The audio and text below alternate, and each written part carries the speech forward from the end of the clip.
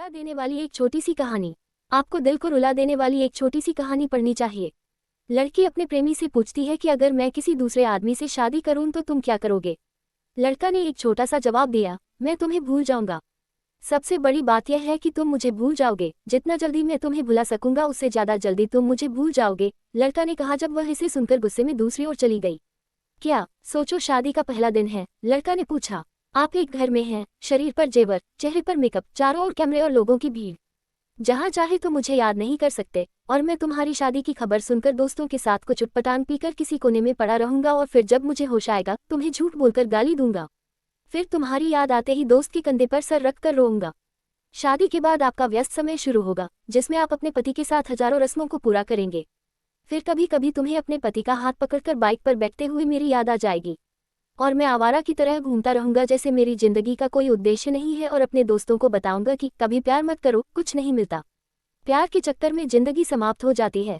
बाद में आप पति के साथ हनीमून पर जाएंगे, नया घर खरीदेंगे, नई जिम्मेदारियां लेंगे और अचानक मेरी याद आ जाएगी और आप सोचेंगे मेरी खुशी की दुआ मांगते हुए वापस अपने परिवार में व्यस्त हो जाओगी। पता नहीं कब होगा।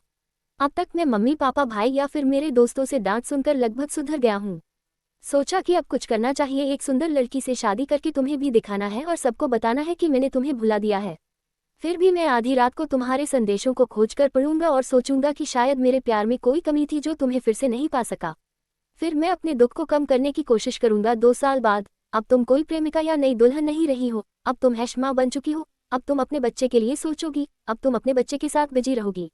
यहाँ भी मेरा काम अच्छा है, मैं तुम्हें बिल्कुल भूल गया हूँ जब शादी की बात चल रही है और लड़की भी मुझे पसंद है। जब मैं किसी जोड़ी को देखता हूँ तो मैं आपको याद करता हूँ, लेकिन यह अब मुझे परेशान नहीं करता।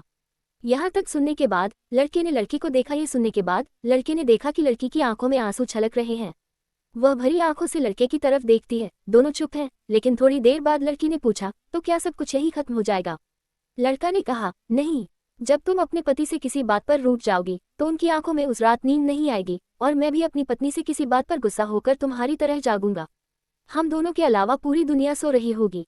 फिर हम अपने अतीत को याद करके बहुत रोएंगे, एक दूसरे को बहुत प्यार करेंगे, लेकिन परमेश्वर के अलावा वह सिर्फ इतना कहकर रोते हुए एक दूसरे को गले लगाते हैं, किसी को पता नहीं चलेगा। अगर आपको पसंद आया तो शेयर करें।